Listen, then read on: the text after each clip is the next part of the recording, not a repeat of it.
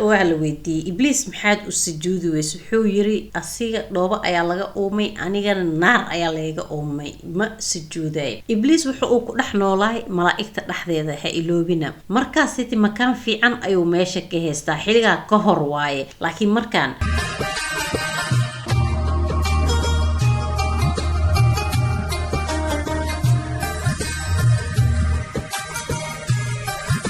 السلام عليكم ورحمة الله وبركاته أصحاب تقاليقا أولاش نزيو إذن الله أنا وعافمات قبا لما أنتم وحيد رجينا إن عافمات قبتان سوري دباد ومركليو فيديو عصب فيديو غان أيام وحن وهات لنا قصة أعوض أركتين لمستر كذا إبليس وكبر بدين هاي نعلد الله قرد عذي شيء كذا روحي إنه مريسي إنه إبليس كبر بدين هاي كدب أن قد قلنا شيء كذا أنا أم قصة أنا من إبليس iyo malaa'ikta waxay xaadir ku ahaayeen oo misti nabi aadam barti lagu uumayay ibliis waatu soo bood markuu arkay nabi aadam in la dhameystiray kadibna ay dhaxdiisa in ay faadi tahay dhaxdi markay faadi tahay isla markuu wuxuu ku fikiray inuu dhaxda ka galo oo baab malaa'ikta ag joogtay ee wuxuu ku yiri feere wax ma taraay waa ibr hadii aniga loogu saladanay dhaxda inaan ka galo aan baabi ilahaabo asiga gabiisa waa aan baabi ina isla markaas nabi aadam waa la dhameystiray markii hore waxa loo sameeyay xibnihiisa oo idil kadibna waxa lagu shubay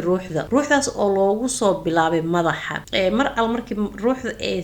sanka soo mareysay ayuu hindhisay markuu hindhisay ilaahay ayaa wuxuu ku yiri aadam dheh alxamdulillah aadam uu dhahay alxamdulillah isla allah subhanahu wa ta'ala ayaa wuxuu ugu jawaabay yaxramaku rabbuk kadib ilaahay wuxuu yiri nabi aadam orod ee malaa'ikta u tag waxaan ku dhaxdaa assalaamu calaykum isla malaa'iktii ayaa ka rudisay wa calaykum salaam kadibna ilaahay wuxuu nabi aadam ku yiri saacadan laga bilaabo ilaa yoomul qiyaamo saacada markay ay dhamaato waxay tani ahaa doontaa salaanta aad isku salaamaysiin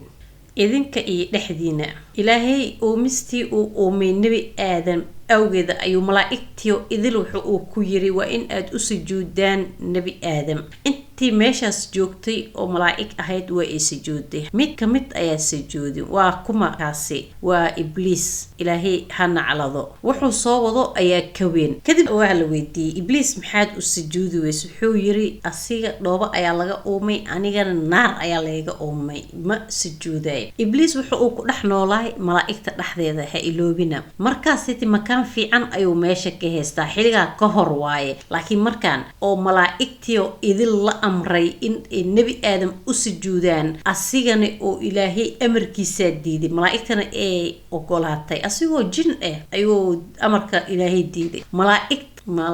ayaa amarka yeeshay marka ayaa u jixin jixay markaas ayaa jannada laga soo saaray aadam markiisii hore awooda oo malaa'ikta uu kula dhex jiray oo Allah subhanahu wa ta'ala siiyay isla ilaahay amarka uu soo dejiyay oo dhahay sujuuda oo asiga uu kufriyo uu diiday sidaa darteed asiga waa laga soo dhex saaray markaas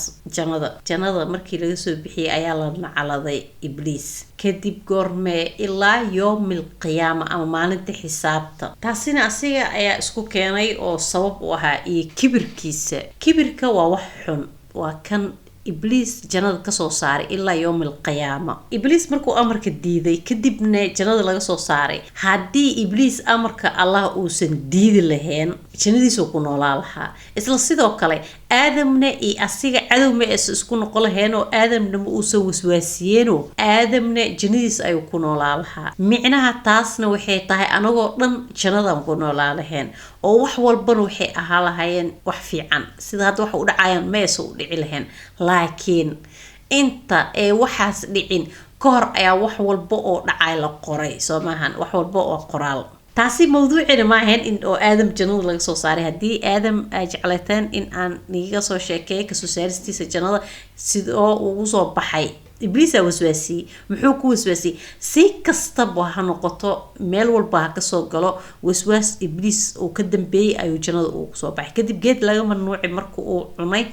geedkaas markuu cunay kabacdi wayna ku xanuunsanay asiixaba coroodne way isku kashifmay ama corodooda way wada arkeen markii hore ma is arki jirin Soomahan marka taasi qisadii ay jeclaateen kumadiga igu soo wadaaga waa idin soo gudbi doona aan u soo laabano ibliis markii la dhahay maxaa u sujuuduweysay uu diiday kadibna uu dhahay ilaahayow anigoo naar iga abuurtay miyaan u sujuudaa aadam oo dhiiqale ama carale aa ka abuurtay ma u sujuudaa taas waxaa u sabab ahay kibirkiisa soomaha naclad allah ku dhacday waxa dhacday markaas in jannada laga saaro intaan oo la saaray muxuu yiri marka ibliis markii oo jannada laga soo saaray ayuu wuxuu yiri ilaahayow iisii sugo yiri ilaa ay qiyaamaha aadam oo yiri hore gadaal wiji meel walba aan ugu imaana si aan u waswaasiyo waxa weynaysaa halku caabudo ayagoo dhan waxaan ka dhigi doonaa oo yiri dad aan kugu xamdinin kuguna shukrinin kuna caabudin macada aasiisay iyo umis hadda aa uuntay badankooda ma kugu shukri doonaan ninka sida uu hadlaa waa ibliis wuxuu u dhaarnayn waa aadam allah subxaanahu wa ta'ala wuxuu ugu jawaabay ordu dhahay adiga inta ku raacdabo jahannama taqaano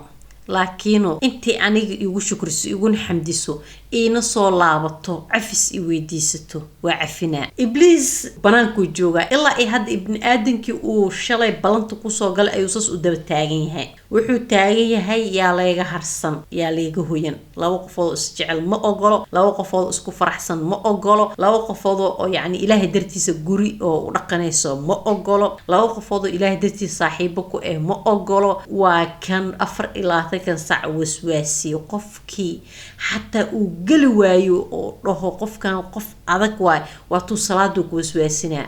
maaragtay wax walba ilowdid marka salaada gashid inaad soo xasuusatid intaas wuxuu ku diidan yahay in aad salaada quraankaaga akhriso يعني قلوب تاذا نيداد أذيك ضم إن أد ملك مقناطو ماشى صاء الله سبحانه وتعالى أو كأنت أهرتاج انتهي أيوه حو اسكت ضيع إن أو وسواسكو جريو حو كله داب كي موت ماشى ساجل السي لحظة كام مقناط موت ماشى صادق طيب قصة صوالي وحي جعلي الحو وجاه انت صأنج على ستي إن أني لو ذاقو رمضان مبارك هذا هو اللي جوكته وما سنتهي داوش الفيديو كان هدي أعطي وعصب طاير فضلنا سود وجنال كواي جنال كاغا سبسكرايب تي فروقن بلا تسي وقو عارفين وحول بقى الزيو صوت ولاش الزيو كله دوني دوا وحيار اسقاقابا اس حسابي انت عن لغو حسابي نكور باي باي